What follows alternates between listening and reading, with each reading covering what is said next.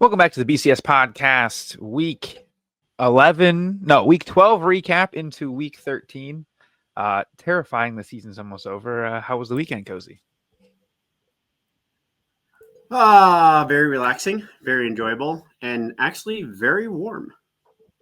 Yeah. Especially for a night game in middle November. I mean, I wore shorts to the game.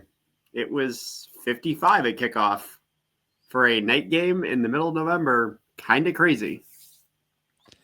Yeah, it's been a while since I've been to a Michigan game. I had no problem hanging out, watching another game at home. I get why people do it now.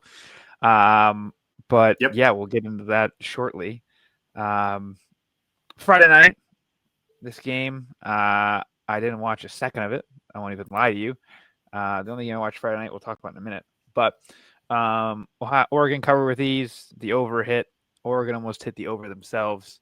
Yep. I was saying all week I wanted people to remind me to take Oregon. I ended up not, of course, because all my best bets are the ones I don't take. And nothing really to add there. I don't know if you had anything to add, but I mean, yeah, I'll say they didn't cover with ease. They did get a late touchdown to cover, but I mean, still, it wasn't much of a game though. Like, you just got the sense that I will say this about Minnesota. As overall as a team, I think that Minnesota could be good in the future years to come because of a freshman quarterback, but like they're going to be like a 10-2 favorable schedule, knocking on the door of a Big Ten championship appearance. Good. But I mean, I think we know maybe an outside playoff appearance because I think their quarterback's really good. But outside of that, I mean, he's really good for a freshman. Let's see if he takes a step forward and if he even stays in Minnesota because someone's going to throw a bag at him at some point. And they're probably going to get Darius Taylor back. I imagine he'll come back for another year after his injury-riddled season this year. But so we'll see what happens. Outside of that, I mean, hey, Oregon did what they do at home. They blew someone out that they were supposed to. I'm still not impressed by them. They don't strike fear into me. Big test this week, but they've gotten better. Yeah. Because Oregon, again, to me, it's like the Tennessee thing I always bring up. Yeah. They don't even throw the ball like that anymore. They're one of the best teams running the ball in the country, which is totally different to what you think from Oregon. But we'll find out this week how they do. When they throw the ball, they're very efficient at throwing the ball. Yeah. Let's put it that way. It helps, when you get like a light box or when they have a stack box against you because you're running it down their throat, make the easy throws. Wisconsin, Indiana was the next noon game. There was only 2 noon games. Mine was okay. So I watched a little bit of this. Watched the first half. Yeah. It was on. We had a quad box going at the tailgate. Wisconsin hung tough, and it looked like Indiana was just like sleepwalking through the first half. And then second half hit, and it was like, okay, it's over. Let's change it off the quad box. It was absolutely a game in the first half. They had a pretty fun 4th down trick play that they had. Carter Smith, who could have potentially been my starting quarterback this season. He was committed to Michigan before we got Bryce. Had a nice little play. He still stinks, but I don't know, a little juice. Indiana still a little interesting. That Oregon game's so weird to me. It's one of those games where it totally changes my trajectory and opinion on a lot of things. But at the same time, I don't know, man. This could be almost like Oregon last year, where Indiana just gimmicks their way into a first-round bye and then gets obliterated by somebody with some steam. Like, God forbid this team plays like a Texas Tech somehow. Oh gosh, I don't know. We'll see, but I don't know. It's just, again, I just can't shake the Indiana thing. And everyone knows, I say it every week with Indiana and the other 2 schools. There's always a team that's really good that I'm wrong on every game. It was TCU a couple years ago. And I don't know. Technically, it was Indiana last year as well. But at some point, it's got to run out, and it'll make me happy. It's probably be like last year where Ohio State beats them to oblivion, and I have to be like, haha, Indiana. And I was like, wait, am I rooting for Ohio State right now? What happened? So, but that happened last year as well. So, There was 2 3:30 games.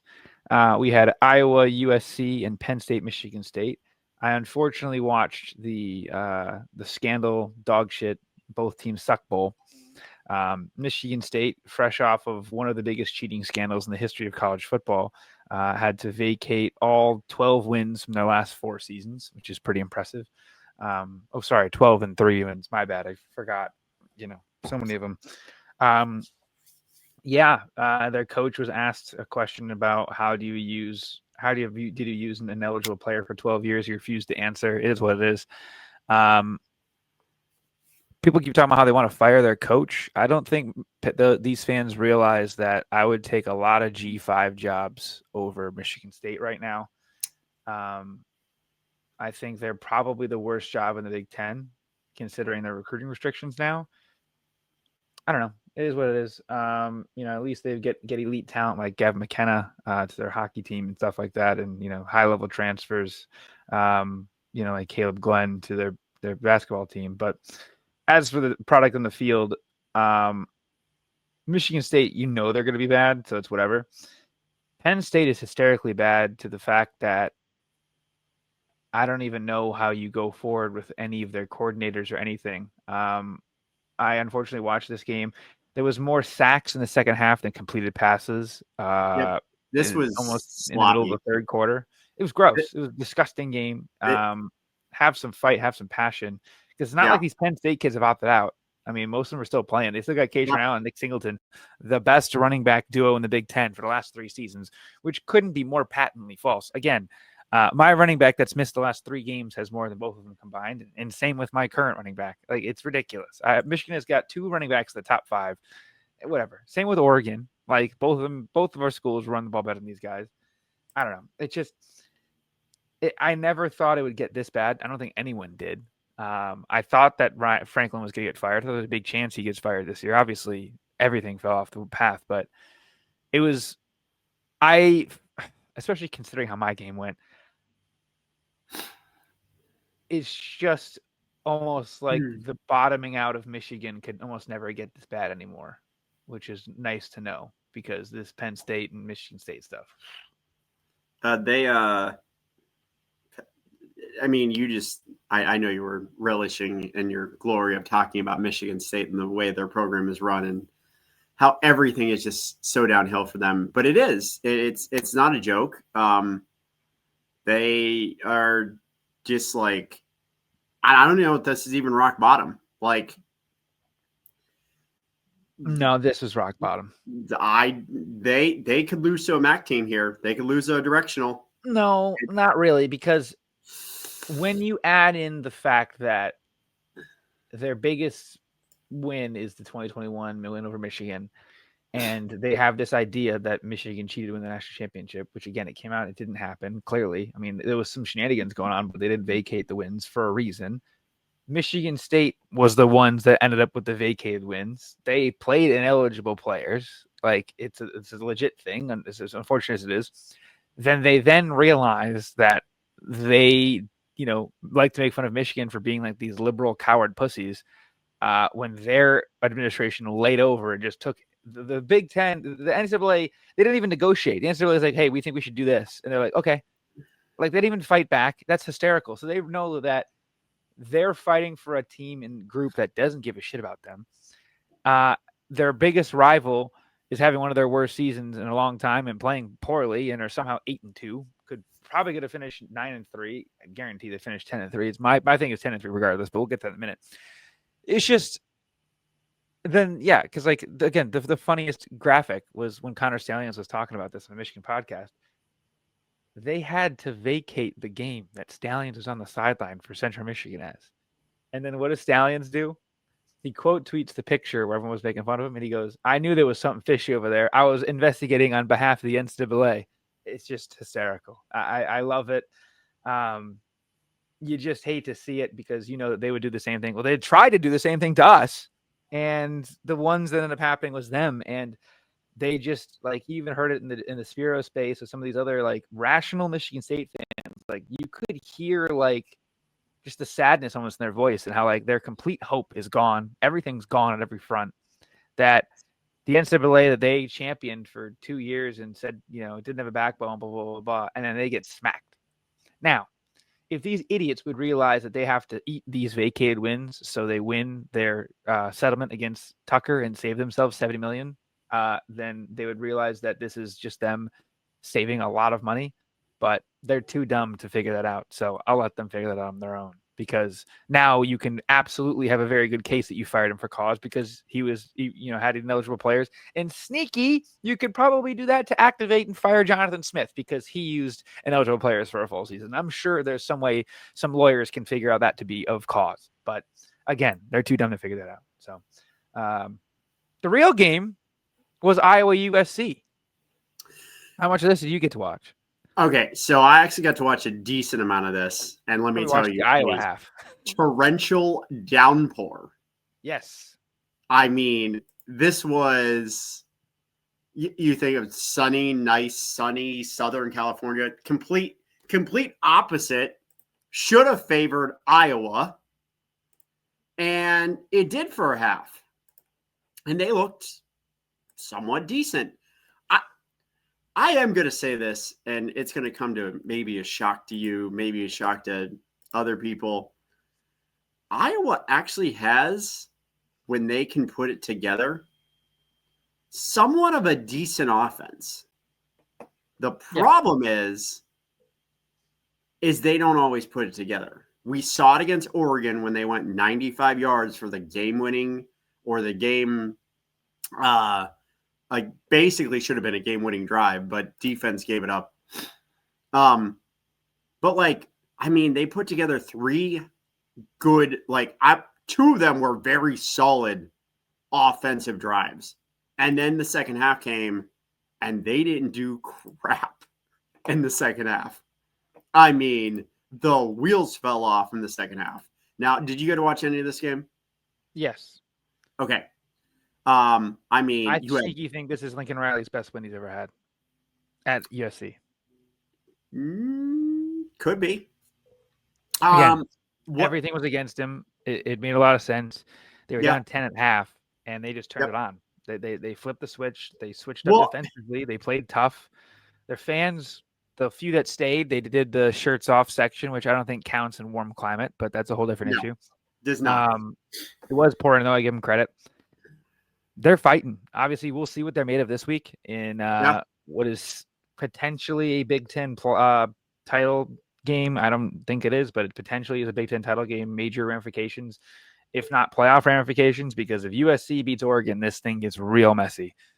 Because who do you kick out? Who do you? And God forbid Michigan beats Ohio somehow. That would be the most disastrous scenario on the planet. Yeah. Could you see a 10-2 Oregon missing the playoff? Yeah, and that would be very interesting. The second half, though, what USC did is not only did they limited Iowa in their possessions, and Iowa tried to do their whole hey, we're gonna kind of slow this thing down. USC kicked a field goal right out of the half, yada yada yada, and then it was okay, well, we just punted and no, and then you had the interception, and then it just seemed like the wheels really fell off Iowa in the second half. Kind of unfortunate for Iowa because I think that they were kind of expecting bigger things, especially after heartbreaking loss the week before. They thought, okay, well, hey, maybe we can finish this thing out 9-3. And now they're looking at probably maybe a 6-7, 8-4. I don't know. I forget who they finish out with, but Nebraska. Okay. They got Sparty in Nebraska. Yeah, 15-point favorite at Sparty this weekend. Yeah, they're probably going 8-4. I would say Nebraska would be interesting though. So yeah, outside of that, big win for USC. Keeps their playoff and Big Ten hopes alive. Yes.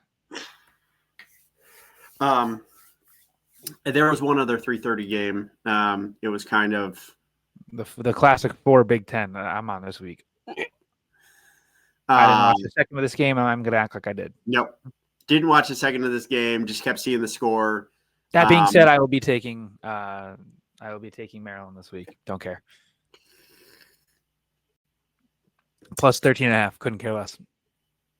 So I don't know. Malik Washington sucks, I guess. Looks like in the stats again. I'm just stat watching here. This Mathis kid, I guess, is actually kind of decent. He was supposed to go to Michigan State, Ohio State, or Penn State. He ended up going to Maryland. So good for him. Yeah, I mean, look, Maryland did what Maryland is probably going to do against Illinois. They went on the road. They threw for a lot of yards. Didn't score a lot of points. Look, it looks like it's Maryland. I obviously was at the Ohio State game. Didn't get to see Washington just destroy Purdue. Not really big shock. I watched Purdue the week before. They're not very good. Washington did Washington things. Put up a lot of points. Now on to your game, unless you want me to go first. Might as well have you go first. Okay, I'm going to be real quick. Solid win against a not so great UCLA team. Still kind of questioning how they won so many games, especially beating Penn State, because there's a definite talent discrepancy. Yeah, I mean, I understand Nico didn't play, but overall, still not impressed. Like, they don't have a lot. UCLA is real bad. Yeah, you know what? Here's the thing. Congratulations. You had a receiver who led this game. We didn't have a receiver who had more yards than one of your guys. But he also only had 2 catches. Bo Jackson looked good. We actually ran the ball somewhat decent. James Peoples had a just juke a guy and jump over a guy out of his shoes play that was amazing. And I immediately texted my buddy and I said, dude, can you save this for 2 weeks? Because I didn't know you had that in you. Yeah, I mean, other than that, they covered with a late touchdown. People were upset about it. Some people were. Some people, you could tell, definitely took Ohio State to cover, as there was a loud eruption of cheers and high fives when it became a 38-point game. One of the best teams in the country against the spread. Yes. Very hysterical, though, because you could tell at the end of the game when Peoples broke that, scored a touchdown, like you could just tell it was like, oh, cool. One fun fact, we had our first kick return for a touchdown in I think it was 11 years, 12 years now. Other than that, good game, good win. On to Rutgers now. Yeah, the best 2 teams in the country against the spread are Texas Tech 10-0, 10-1, Ohio State 8-1-1. Yep. A few of those depend on which line you got between, whether it be 9-1, 8-2, 8-1-1. Yeah. Because that Texas, not even, it wasn't Texas. What was the line? The Ohio spread was flipping around. Yes, it was like very much like a 1 point / half point tie, loss, whatever.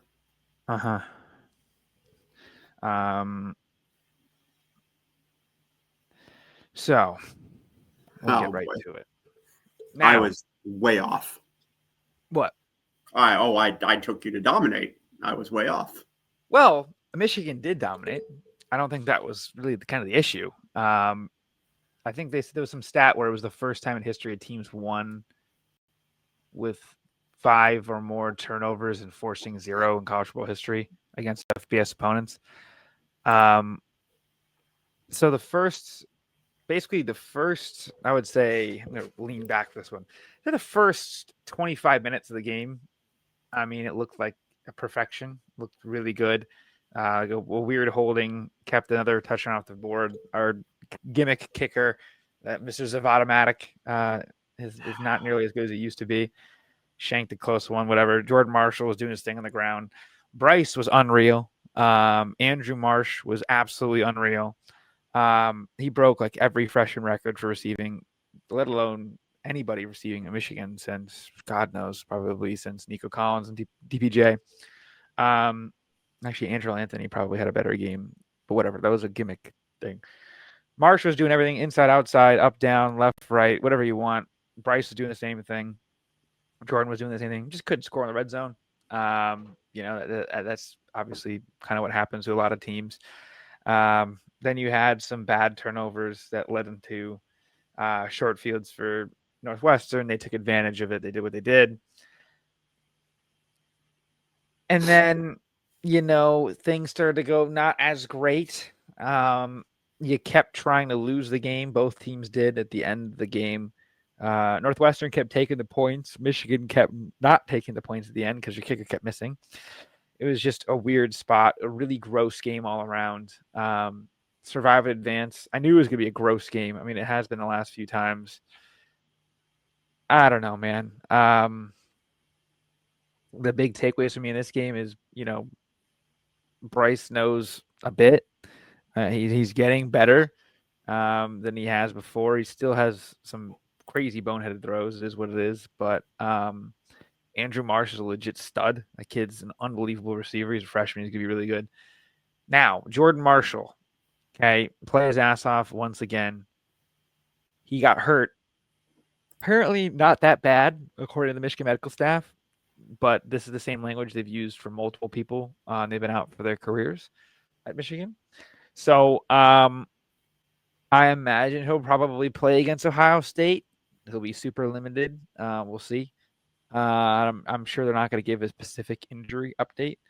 But if he's not out for the season, it means it's not a collarbone or probably dislocated shoulder. Maybe it's just a big bad bruise. I don't know. But if you don't have him, you're going to lose the game. I understand that Kuzdal played well. It is what it is. He fumbled on a fourth down, which everyone's like, oh, he fumbled, blah, blah, blah. If you're short of the fourth down and you're reaching for the goal line, reaching for the first down line and the ball comes out, I don't really care. Like, he was making an effort to try to get the first down. Who cares? Yep. You had 2 bad picks. You had a Samaj fumble. Again, the fact that kid's even on the field is disgusting and a complete, utter lack of seriousness by the head coaching staff. Speaking of my good friend Sharon, I put this question underneath multiple Michigan Twitter account tweets, the official Twitter account tweets. I want to know what's going on. I didn't want to tag Sharon. I don't want to get blocked again by him. There was a timeout. I'm going to get the exact scenario here. Funny enough, Brent Key did the exact same thing, but we'll talk about it in a minute. His is actually somehow a bit better, but actually not. His is actually worse. We'll talk about it in a minute, though. This is by the way, if you want the second half drive or the fourth quarter drive chart for Michigan, interception, fumble, field goal. 3 plays, 1 yard, 6 plays, 45 yards, 6 plays, 35 yards, 11 plays, touchdown, 11 plays, 50 yards for field goal. Where is it? Okay. So it's 1st and 10 at the Northwestern 42. Kutzdahl gets a 3-yard rush. It is 2nd and 7 at the Northwestern 39 with 1:14 left. You snap the ball. Nice little dump off from Bryce to Zach Marshall. It's 3rd and 5. Michigan takes an immediate timeout at the conclusion of the play. When I tell you I had one of the bigger freakouts of my entire life, we took a timeout to stop the clock. Yep. For them. And it wasn't like it was like we took it down to 1 second and then took a timeout. Because think about it. That would have been fine. Oh, I was watching the game. The second the play ended. Sharon's running down the sidelines. Yeah. So he doesn't use the timeouts like that at the end of the first half. And he actually allows them to score before the end of the half. Then now he's doing this the other way around. I've never been. Listen, I understand that it ended up working. I am never going to let him live that timeout down. It's everything that I've had a problem with this guy for. He's a great recruiter, a great motivator. He cannot coach in games. His in-game coaching is horrific. And then after that, run, timeout, run, field goal, whatever the fuck. Who cares? Walk-off field goal, cool. I personally would have not settled for the walk-off field goal. I would have kept going, trying to go and score. It was 1st down with 34 seconds left from the 18-yard line. I thought you could have at least ran it 2 more times to try to go get it. But whatever, to timeout, walk-off field goal win. A win's a win. In the moment, I've never been more mad at a Michigan win. See, Freudian slip. Win with my entire life. But again, you look at these stats alone, like team stats. This is the stats, all right? 25 first downs to 11, 9 of 14 to 2 of 12 on third down, 500 total yards to 245 yards, 280 in the air to 180 in the air, 216 on the ground to 61 on the ground. What is this? 4.8 yards per rush, 2.3 yards per rush, 8.8 yards per pass for 6.8 yards per pass, 33 minutes time possession to 26 minutes time possession, 5 turnovers to 0. Like, it's a comical stat line. Like, Michigan dominated at all times. And if you follow Parker Fleming on Twitter, or if you don't know what I'm talking about, there's a did we get beat that badly graphic. And Michigan was all the way to the right of we killed this team. The score just doesn't show it. Because what it does is it extrapolates like extraneous turnovers and explosives to be basically like, hey, if we take out 1 or 2 of the outlier plays, would you still win? Michigan's was yes, because obviously you still won with that. So I don't know. I think this team is, I said something earlier in the chat. I don't really necessarily believe when I said it, but it was like just a truth serum moment. I think even if this team somehow beats Ohio State, they don't deserve to be in the playoff because we should not be competing for a national championship at this level. But that's just me. But I don't know. I knew this was going to happen. I said it earlier in the segment today. I'm going to be taking Maryland plus 13.5. This team doesn't blow people out. Like, Sharon does not care. I firmly believe Sharon thinks that this is like a 10 out of 10 game. And I don't know if he's instilling that in my quarterback. That's worrying, but I don't know. We'll see how it reacts. If you play like this, God forbid you play like this against Ohio, you're going to lose by 60 and you're going to put me back into therapy. But I don't know. It just shows how dumb it is scheduling out of conference games, by the way. Like if Michigan would have played Central again, or like, Michigan plays, I'm trying to think of somebody. I mean, like a D2, an HBCU, another minor conference team, another like Sun Belt bad team instead of Oklahoma. This would be a top 10 team somehow. So if you want to know how bad college football is as a state and as a sport, even more, you can think of that. So, but yeah, that's basically all I have. I expected it to be a lot worse than that, but yeah, shout out Andrew Marsh. If there's a God, Jordan Marshall's healthy, but yeah, we'll see. I have no faith in that. So we can, look, I watched the game. I gritted through the game because I dreaded Gus Johnson and his calls and stuff like that. And I was just like, he casually just dropped that Haynes out for the year, our best running back, which is true. It was just very funny. Michigan Twitter started getting very mad at him because of that. Yeah. And look, I mean, I think after hearing Gus this week, he did better. I think someone got in his ear and was like, yo, man, you can't be screaming at everything. A few takeaways from the game. Bryce actually, I thought, played really well until his interceptions. And both of them were like, whoa, that's bad. Yeah, and then the best thing is, after those 2 interceptions, he then has probably the best throw of his career, where it was a crazy throw and catch to Marsh. He just eats a hit and just stands in there and slings it. As I keep saying, like, there's this idea that he's this $12 million man. He's only there for the money. If you're there for the money, you do what Lenora Sellers does, and you just kind of check out in the second half instead of getting drilled. I will say, a last note while I have it on my thing, that response is huge. Like that, to show me that he can still do it is good. And there's one play I wanted to highlight. I thought of it just now. There was a 50-50 ball he throws to Donovan McCulley down the sidelines where Samaj Morgan is wide open.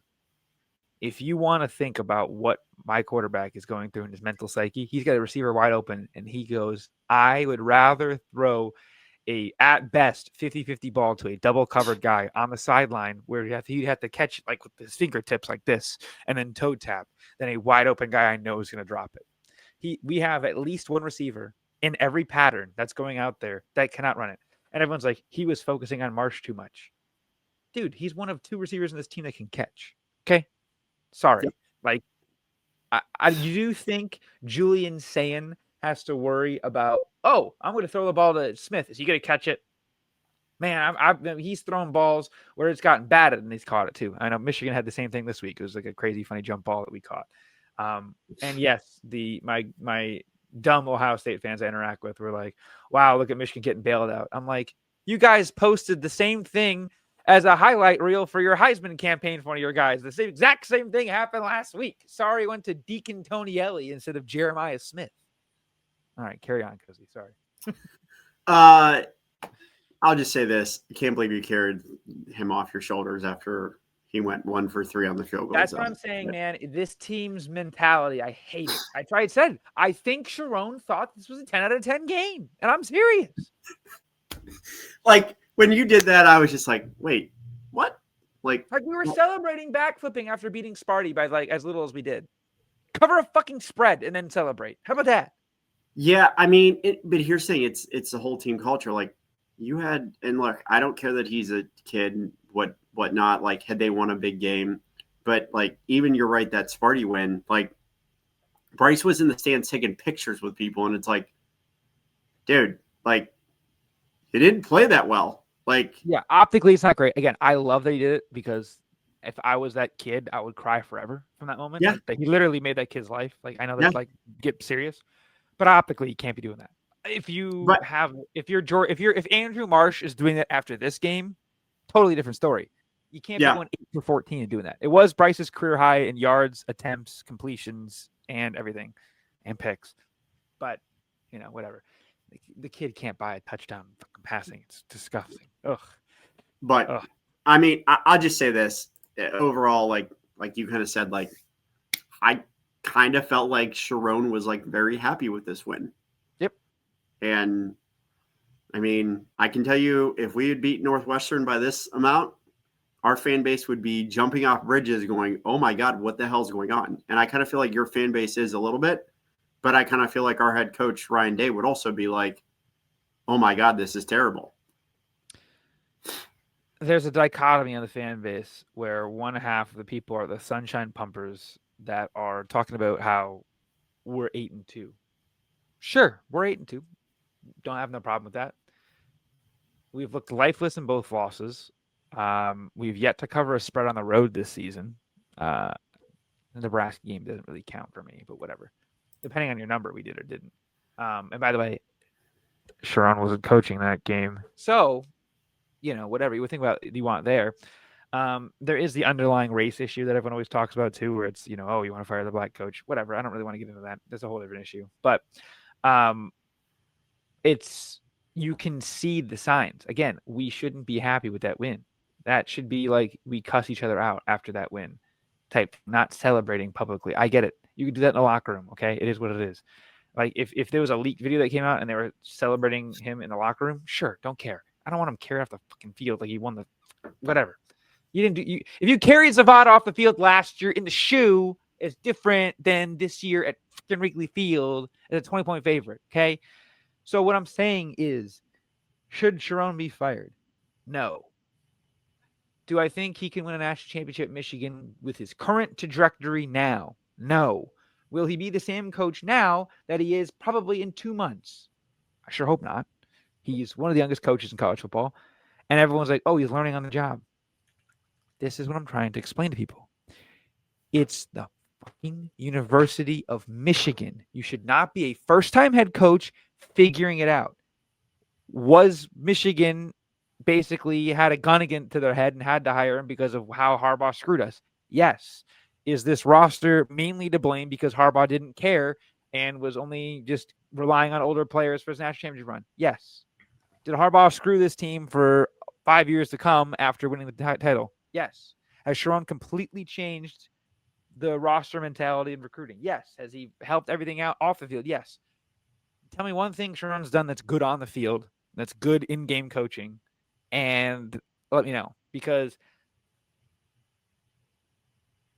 how do I put this as politely as possible? Brad Stevens. If Sharon went the Brad Stevens route, okay, and became the GM of the Michigan Wolverines, and we hired a serious football coach, we would win the national championship every probably cycle or two. And I firmly believe that because he's an unreal people person. He's great at raising funds. I hate getting into it. Being a Southern black man with no Michigan ties and being able to get the Michigan man establishment to buy in and put millions behind you, I don't think people realize how hard that is to do. It's no like South nonsense to get into that. And I hate getting into it. And I hate bringing that up.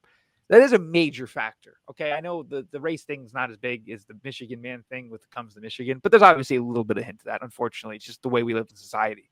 And I hate that I'm talking about it like this, but I have to give his props at some point. Because what I'm trying to say is he's everything but the coaching is good, but he's the coach, if that makes any sense. Yep, it does. So that's, again, he shouldn't be fired. What I'm saying is we shouldn't be learning how to coach on the fly with a generational prospect at quarterback. Is he playing with a generational quarterback? No, I get that. But with him being the number one kid in the country, with every kid that wants to be like him looking up to him, and a lot of quarterbacks from Michigan that looked up to a guy like Devin Gardner and things like that. And people forget Devin Gardner was a very highly ranked recruit. Okay. A lot of these Detroit kids were, and Michigan's failed a lot of them. Have they worked their ass off to get to that point? You could talk about that, but Michigan set a lot of these guys up to fail. And if they set Bryce up to fail, the next guy down the road, Donald Tabron II at Cass Tech, who's going to be another 5-star quarterback, why would he go there? There's a 5-star receiver at Harper Woods who loves Bryce and wants to be like Bryce. All these kids want to play together. The kids that grow up together want to play together. And if you can rep your city at a major institution like Michigan and get paid very handsomely to do it, that's a good thing. Like, these kids now can go to awesome programs they would have gone to before and get paid and rep for your city. That's important stuff. Like, you see right here, I got a flag of Detroit, literally right here, next to the Michigan flag, okay? If you can get those two to tie in again, that happens. The last time a Detroit team, or Michigan had a lot of the Detroit kids on it was the Fab Five in football and basketball, and obviously that worked out pretty well. They didn't win the title, but it's basketball. It's a whole different issue. Yep. You know what I mean? All right. When you have these kids from in the city and stuff doing it, it's very important. And I know I'm all over the place.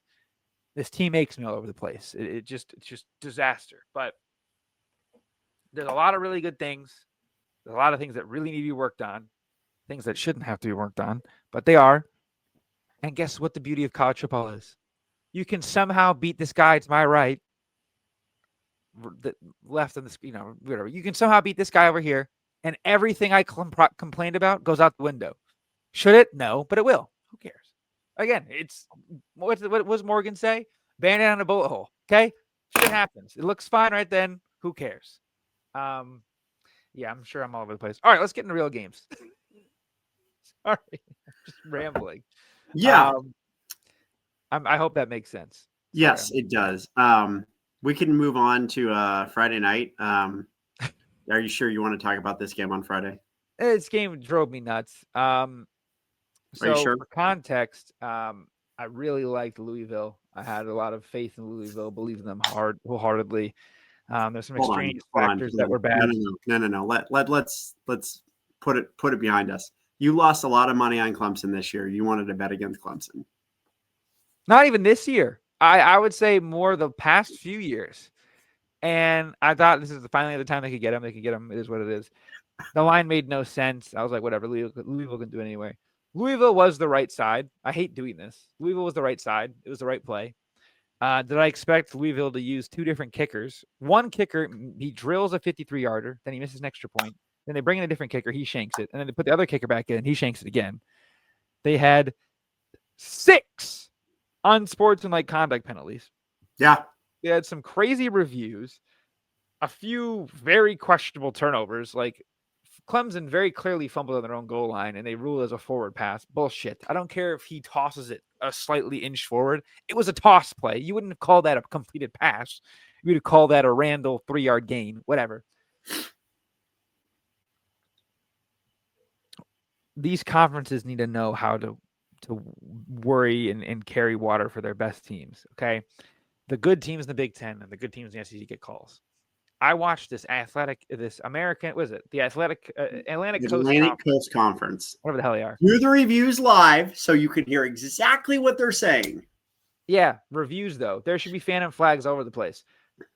They're lucky that Georgia Tech made out alive. I watched that game wire to wire. We'll talk about that one in a minute. There was many times there could have been phantom flags. Like last night, the Lions had a very openly phantom flag for PI at the end of the game. Did it cost Lions the game? In theory, yes, but they lost it way before that, and it would have been just another way for Goff to lose the game. But it's fine. You need to have some of these phantom flags go your way. Like you're the ACC. After last week, your entire conference collapsed. You sneaky were alive. You didn't know it at the time, but Navy was going to upset USF, and you're firmly back in the playoffs discussion. Your conference. Yep. You got to keep rigging these games for your good teams. Like, have one or two at least questionable flags on it. Like, some of the unfortunately conduct penalties were pretty weak. It wasn't the best, but like, come on, man. I don't know. Louisville was extremely undisciplined, a bad team. Nothing like the Jeff Brom I knew. I think we saw this week. We talked about it with Dan Lanning, not Dan Lanning, Sig a couple weeks ago. These contract extension coaches, I don't know if anyone's covered a spread this year as a contract a coach with a contract extension. I know Brom, I think, just got one to not go to Penn State. He's decided to stay at a basketball school instead of Penn State. Damn, hate to see that. And another guy we'll talk about in a minute got a contract extension. But yeah, I don't know. Dabo did have a really good. I don't know if his rant was this week or a couple weeks ago. He had a rant about how officials needed to be interviewed after the game. Yep, completely agree. I think Clemson will be back next year. God, I'm doing it already. No. But we're gonna move on from that comment. No. Speaking of contract extension coaches. Oh my gosh. Mike Elko and the A&M Aggies had one of the greatest escapes of all time. Credit to them. They were down 27 points at halftime to a preseason top 15 team. I saw that narrative being put around. I mean, big comeback. I know Cozy's favorite guy, Stallions, was talking about it. He goes, do you think I think he said San and Jeremiah Smith would win the Heisman if Ohio State tanked the first half against UCLA and then put up 40 in the second half? Because I believe Marcel Reed's Heisman odds went up after this game, like up as in closer to happening. He's right behind Julian Sain right now. That's what I'm saying. Like they said this was his Heisman moment. I believe he threw three first half picks. Oh, it could have been 6. It could have been 6. Yeah. They're gonna have to drop 2 as well. Yeah, I mean, he could have probably had 6 to 7 interceptions. They dropped quite a few during the game. I watched this game from beginning to end. And I'll just say this. I even said it as a honorary South Carolina Gamecocks fan because I went to a game last year. I knew this was coming at halftime. I took live money line Texas A&M. I texted every group I'm in for betting. I said, dude, take the Texas A&M money line live at halftime. Like, this has South Carolina meltdown all over it. And it did. And here's a funny thing. They very easily could have had a 38-30 or even 45-30 comeback win. Yeah. They still left points on the board. Yep. But I mean, in typical South Carolina fashion, Lenore Sellers looked absolutely awful in the second half. This be such a good Steelers quarterback next year. Oh boy. 28-3 run since the cop shoved Nick Harbor. I don't know.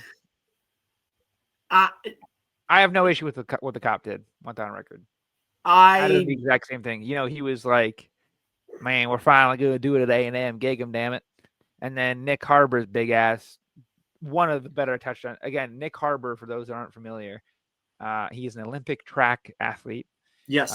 Michigan and Oregon offered him millions to play defensive end. He decided to play receiver because he wanted to keep his track body. He is DK Metcalf, but somehow bigger, taller, faster, stronger. Yep. Like DK Metcalf, one of the 1% athletes in the world that is like a total freak show. This guy is, again, bigger, faster, better, stronger, taller. It's asinine. He took like a dump off pass, broke one tackle, and then just hit the turbo mode and was gone. It's Yeah. guys like him. It's like, how are they the same species as me? I don't know. But yeah, I mean, the takeaway from this game is you could go one of two ways, and I'm actually curious to see what you think, Cozy. Are you higher or lower on A&M after this game? I am much lower on A&M now. Okay. They are so beatable now. Like, I thought they looked so good. Been, but I know what you mean. I thought they looked so good. Like, they were on cruise control. They looked so like they look like a national championship contender. And then boom, they look so bad in the first half. And Marcel Reed, like, I'm like, dude, if you're playing anybody but South Carolina, you guys are getting boat raced and losing this game probably like 45-10. Yep. That was my takeaway. I don't know what yours was. I'll tell you right now. Hold on. I'm just trying to I'm cross-referencing my statistics here to make sure I don't lie. I'd never lie. Okay, loading here. It's good. I promise it's worth the wait. Good podcasting. Okay. Arkansas, South Carolina, Auburn, Mississippi State. We're going to ignore Florida. No, Florida. LSU, Missouri. What did I just name off there? 2 correct answers. So you named off teams that Texas A&M has played. Yes, and I went bottom up from the SEC standings. Okay. And those are all the bottom 7 teams in the SEC. Correct. The teams with the winning record in the SEC: A&M, Georgia, Ole Miss, Alabama, Texas, OU, Vanderbilt. Tennessee and Missouri are 500. They played one of those teams. It was Missouri, and they played Missouri with a backup quarterback and a limited running back. Oh, right? No. Not just backup, third string too. Exactly. Third string. Then they played LSU. They got the coach fired. Florida, I believe he was fired. That might have been the week after. It was a week after. So we'll go from the top. UTSA, okay, win. Utah State, win. Notre Dame, a lacrosse player dropped an extra point.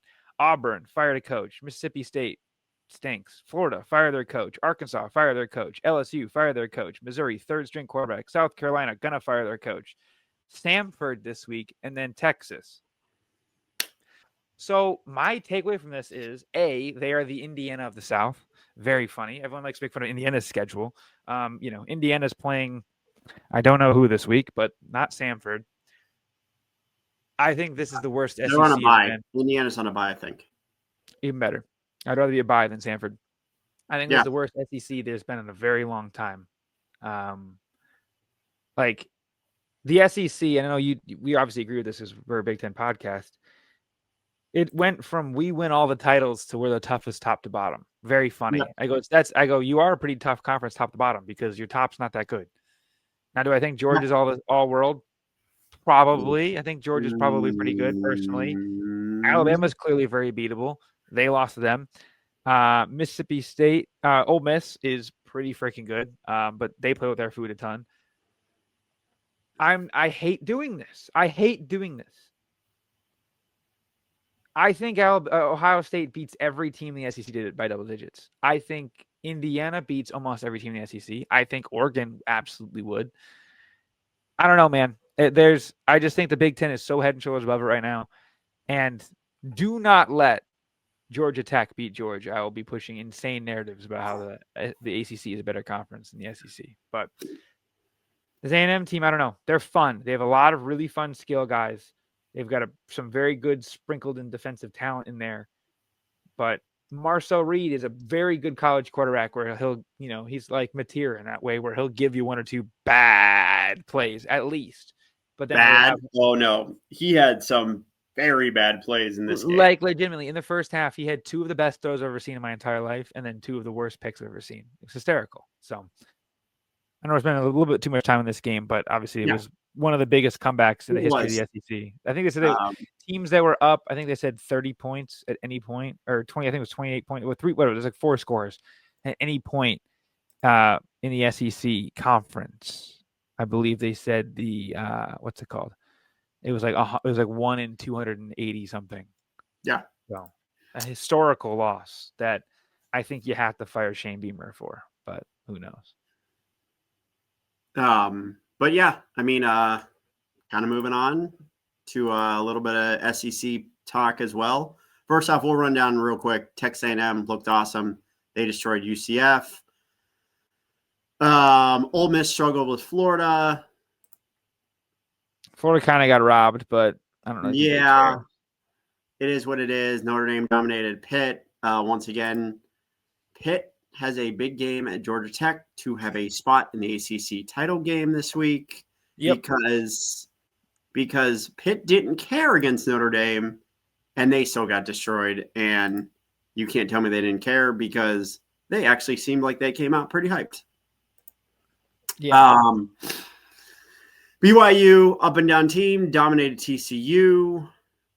Utah absolutely destroyed Baylor on the road, and I really think Utah is going to sneak in this playoff, man. I think they might as well. Miami destroyed NC State. Look, I don't think NC State's that good, so nothing to write home that about. Fun game this week.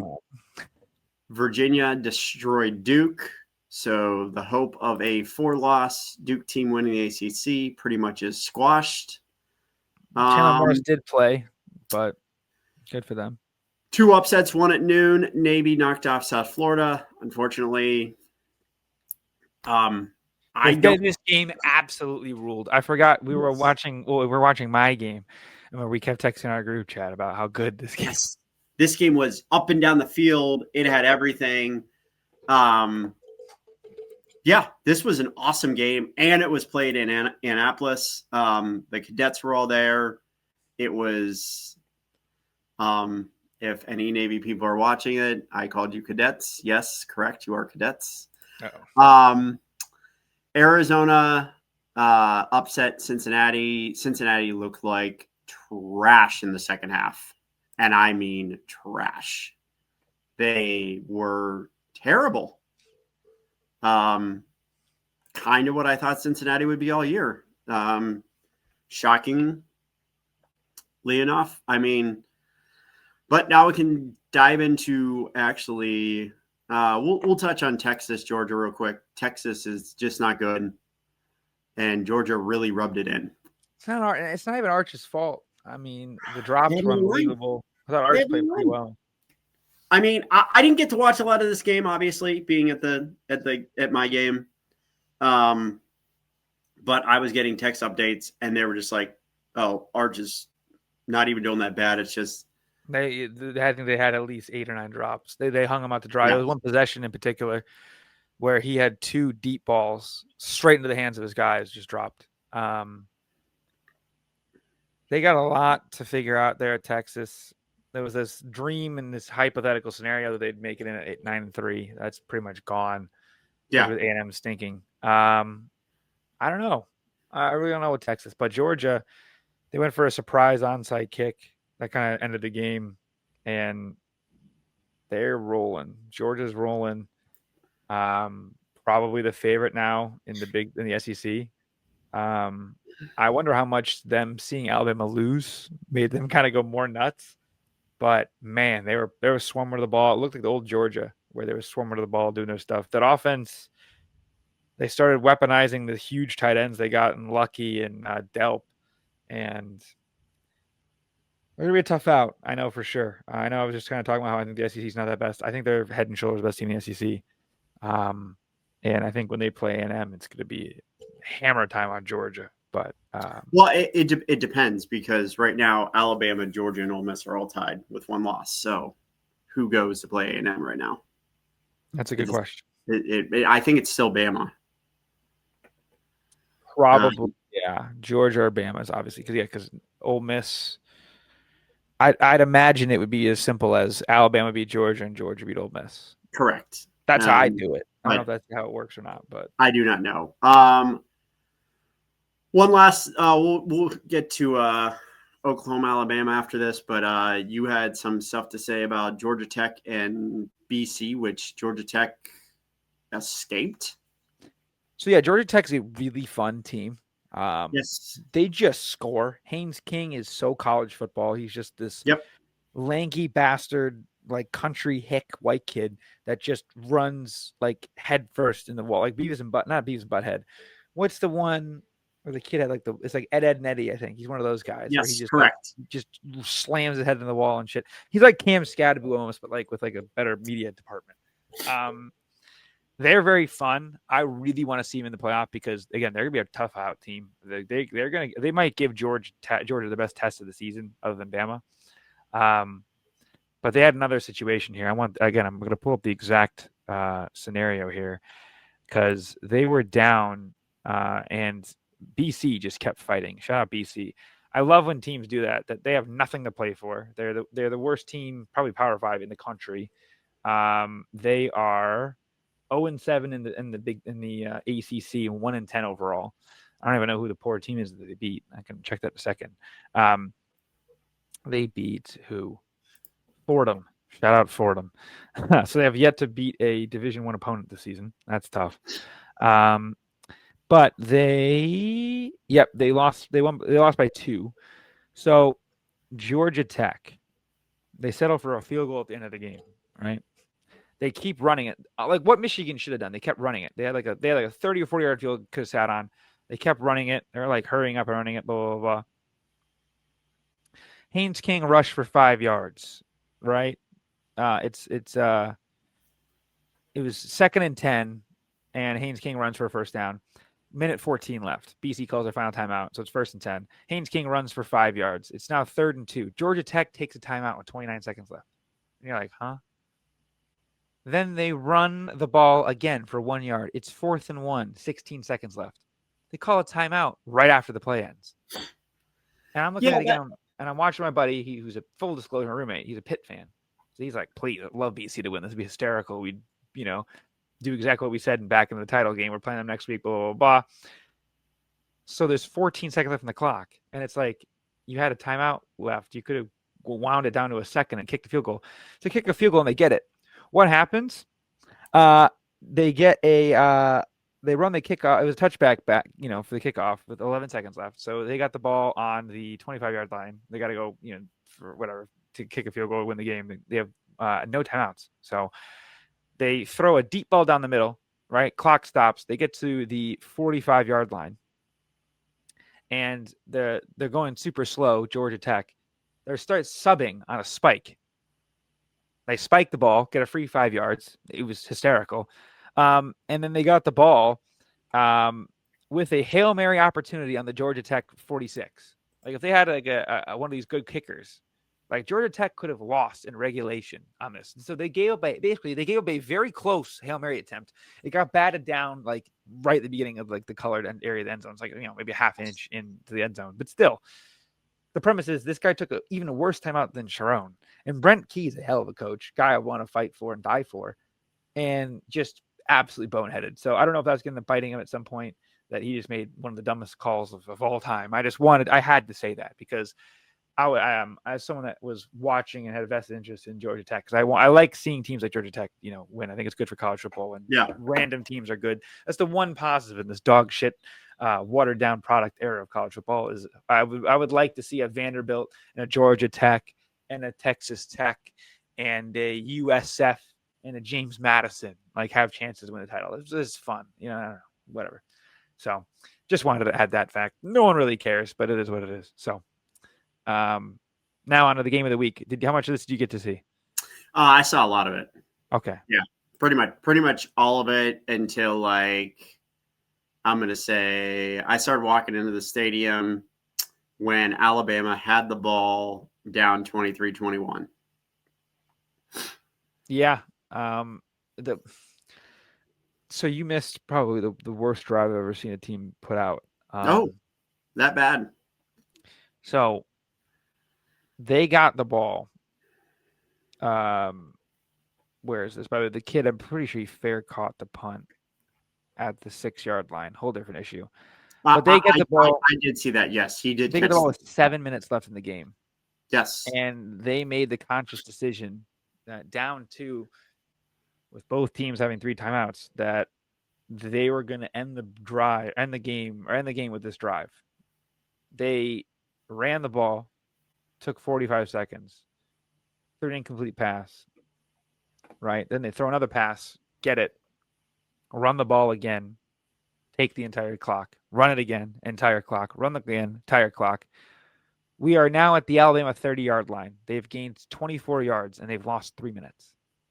At this point, I was like, do they know that they're not the team that's up 2, right?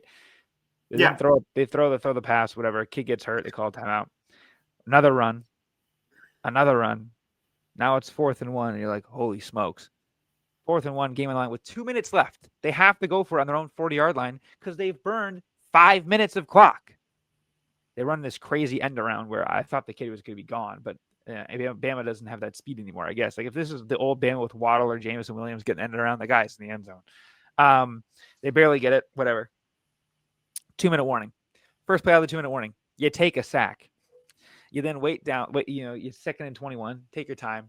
Throw a ball. Incomplete pass. Not even close. The kid was wide open. He short hopped them. Then they get a 15-yard pass. It's 4th and 6. Short-armed. Breaks it up. If you would have hurried up the entire time, you would have given the ball back to an anemic offense all night. They would have probably gone 3 and out, and you're getting the ball back. Just the decision to end the game on that drive was the clock management skills every week just continue to baffle me. And this is at the same time as the Georgia Tech clock debacle. And after I dealt with my coach's clock debacle, I don't know.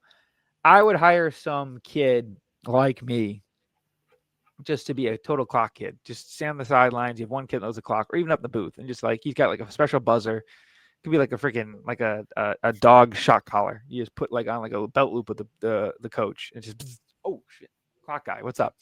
And then you have one kid with that has an iPad next to him with 5G, whatever LT, whatever you need, that has the game going that you can challenge things for because Michigan got screwed on 2 different things, whatever. There's just so much bad coaching in college, but that's what makes it such a good sport. I don't know, but. That Bama, that Georgia, Alabama, they did what they could. They can't run the ball. And when you're one-dimensional against a Venables defense, that Venables front 4, man, holy smokes. They had their best player out, too, which is even better. But I saw them up front, how fast and crazy this team flew around. They look like a Georgia D-line from years past, and they've somehow gotten better. So, but again, A&M or Oklahoma has a pretty bad offense. They needed it was a punt return and then a couple pretty lucky turnovers to stay in this game. But credit to them, they hung on and they did just enough to win the game, which is all you can ask for. And it went from is Bama going to be a first round bye to Oklahoma's firmly in, and could Bama lose the Iron Bowl and be out of the playoff for back-to-back years? That'd be crazy. Yeah. Well, I think that's kind of a wrap on week 12. Can move into week 13. Yeah. Week 13, really getting down to the brass tacks here. This is the annual SEC doesn't play anybody week. There's actually a really good game in the SEC, which is a hysterical spread, considering everything that's going on. But just touching on it, Wednesday, I'll be in attendance for Miami of Ohio at Buffalo. DeQuan Finn quit football, so that was interesting. I didn't know that he was going to be an NFL quarterback, but I guess here we are. And Miami of Ohio's commit got flipped. Mr. CJ Carr's younger brother Tommy Carr is actually not going to Michigan. So and he commits to Michigan the day before the Rivals recruiting update. Now he's higher than our old quarterback we used to have, Mr. Smeagol. But whatever. What's the big game this week? I guess Western Michigan on the road against against North UNI. I actually really like Northern Illinois, but we don't really care about that stuff.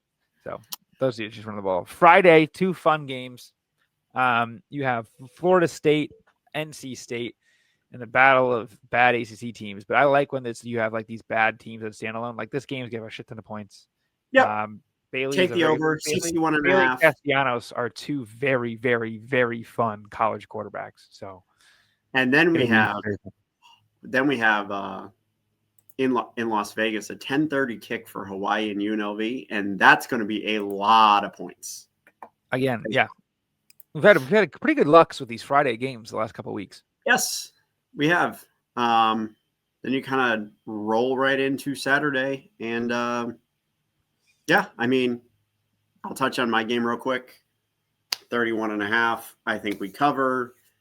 I don't think Rutgers is that good. You may see no JJ or Carnell Tate. Kind of fine with that. Get him healthy for the next week. And yeah, let's roll. Yeah, not much really to add there. No. Not the best slate, top to bottom, for being completely honest. I'm looking through here. Really not many games are touching my eye. I'm going to go back to just ranked games just to see if there's anything good. Nothing really at the noon slot. Eesh. Missouri, Oklahoma could get interesting. They're saying Bo Pabula might be back somehow, which is interesting. I don't know if that's just coach speak or not. But if he's even potentially back, I love the 8.5 there, but we'll get to that later. I guess we do go by Big Ten, so I probably should filter that out. Minnesota Northwestern at noon. Yep. I know I'm biased, but I think Northwestern wins this game. Obviously, they're favored, but I think they win this game too. They probably cover pretty easily because they're a pretty good team. Yeah, I think they then we go to 3:30 slate. We got the big one in the Big Ten for the day. USC at Oregon. That's up to 9 now. Yeah, I kind of feel like USC kind of keeps us close. I don't know. Maybe I'm wrong. But I'm gonna have a pretty opinionated pick on this, I'm sure, by the end of the week. But right now, I'm with you on that. But yeah, these are like the Dan Lanning games where he cuts like the WWE promo about, and then he usually does it when they win by like 1 right at the end. Yes, so wave for the fans. Yeah. I think you're right. This is probably a USC spot and take the notes. I actually love the under here too. I really do. I think it's low scoring. He's a lot. Yeah, that's a lot of points, especially in the Big Ten. A lot. Yeah. I like the under a lot. Next, we got my lock though. Michigan State, Iowa, 16.5. Iowa is covering this easily. I don't know what Michigan State's team total is. I might go with that team total under. Yeah, they're not going to score many, and I think Iowa is going to probably score 4 touchdowns. Iowa's defense might outscore Michigan State's offense. Yeah, they might. You might be right on that. Thank God I'm going to be quad boxing this one. That's definitely going to have a little thing in the corner. So when I'm struggling with Maryland, it's going to be very fun to have a little smirk in the top right corner. What else we got? My game's chronologically next. Yeah, if you want to go through, we can talk about your game. I mean, look, every game's the same at this point when we're on the road. You don't blow anybody out, but you win. I don't know if they do 4-way win margins anymore, but Michigan to win by 1 to 10, I would take. This Maryland team kind of stinks.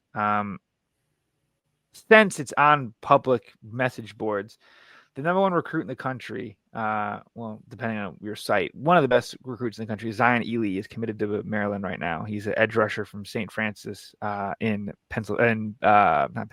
Baltimore. Yes. Michigan's got a ton of ties there. The kid really likes Michigan, apparently.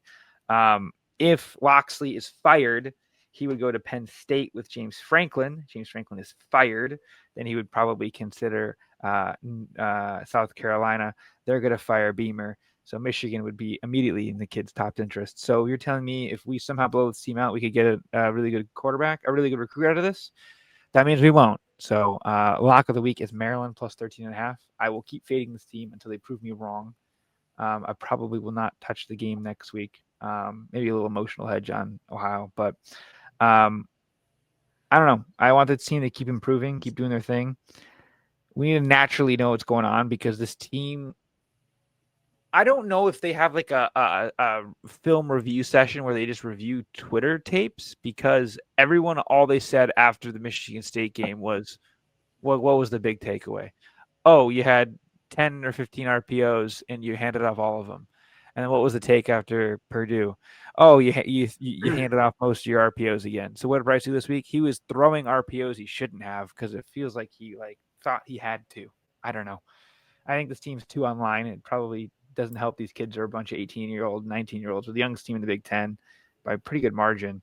So that's the angel on my shoulder is that we're a young team. We'll get better. But I mean, every year Maryland's a tricky spot for one of us plays Maryland every year before we play each other, and it always gives you fits. Yep. So, I mean, we won one year 52-51. God, with the Chase Brown fake urban heart attack game, that was crazy. So, wasn't that the Dallin Hayden game? Yes, it was. Yeah. So, who knows? We'll see how it turns out. I'm sure that we don't cover, but then we go to nightcap. Yeah. Nebraska, Penn State. Penn State might salvage. Penn State is favored by 9.5 in this game. Have you seen the FPI rankings? No. Penn State's number 15 in FPI. Again, they have all the talent and stuff that these books don't factor in. Yes, they're ranked higher than Michigan and USC in talent roster index or whatever from ESPN metrics. That's why I love them. I mean, Penn State, I think you got to take Nebraska. Look, I know Raiola's out, but with the total being 44, the odds you lose by more than 10 like that? Yeah, that's true. Yeah. Okay, well, Penn State could become bowl eligible because they got Rutgers the week after. So it'd be funny if it was. It should be 5 and 6, 5 and 6. That'd be a fun game. Yeah. They should flex that Friday. That'd be a good standalone. But kind of like Nebraska in that game. Then we got Illinois, Wisconsin. Illinois is going to kill Wisconsin, I would think. This might be a plug your nose and take Wisconsin game. They've kind of turned a little bit of a corner. I mean, like I know they lost to Indiana bad. They didn't get that blown out. I mean, yeah, they kind of got that blown out. The second half, they got the scale of Indiana blowouts. I mean, I get it, but Indiana sleptwalked through the whole thing. But one last note at the very end. Could be a very bittersweet kind of game. Washington at UCLA. It is a 10:30 kick on NBC. God, if Nico's playing, I'm going to take him. And this could be the very last game UCLA plays in the Rose Bowl. Because Lord knows they won't be playing in the bowl game anytime soon. Both of us have been to the Rose Bowl. It is a classic, historic venue. I recommend it. Me and Blake both, we almost sat in the same area of the stadium as we were both Big Ten teams. Mm-hmm.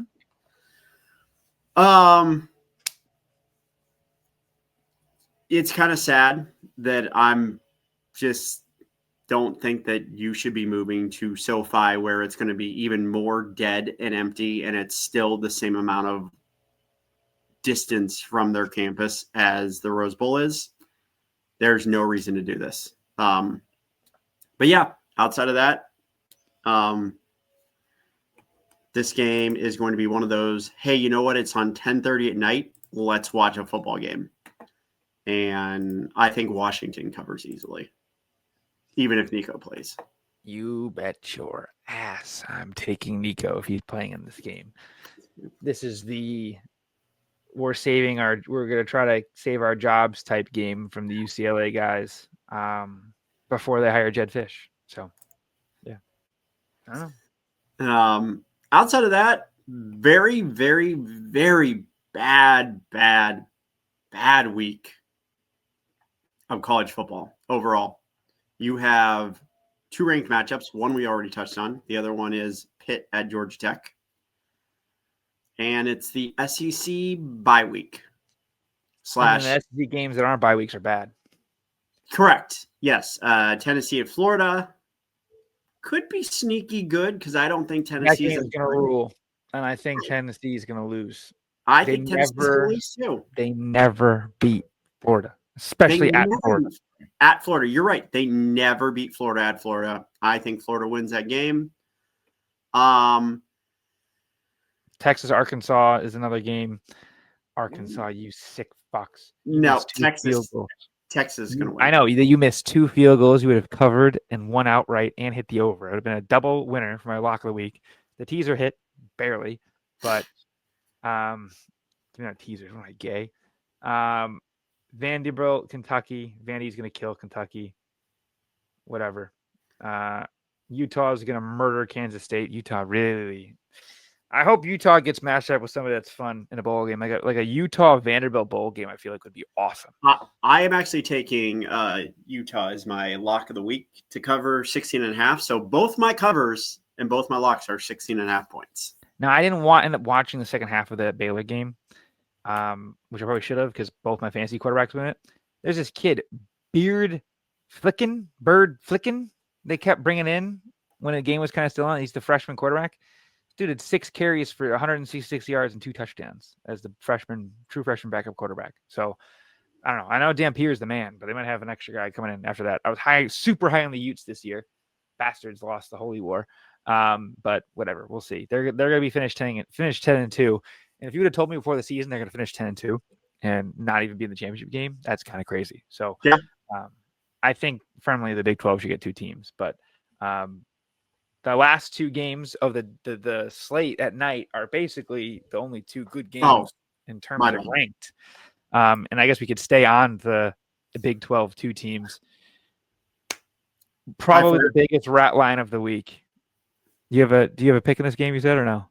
Oh, I definitely have a pick in this game. I definitely am taking BYU.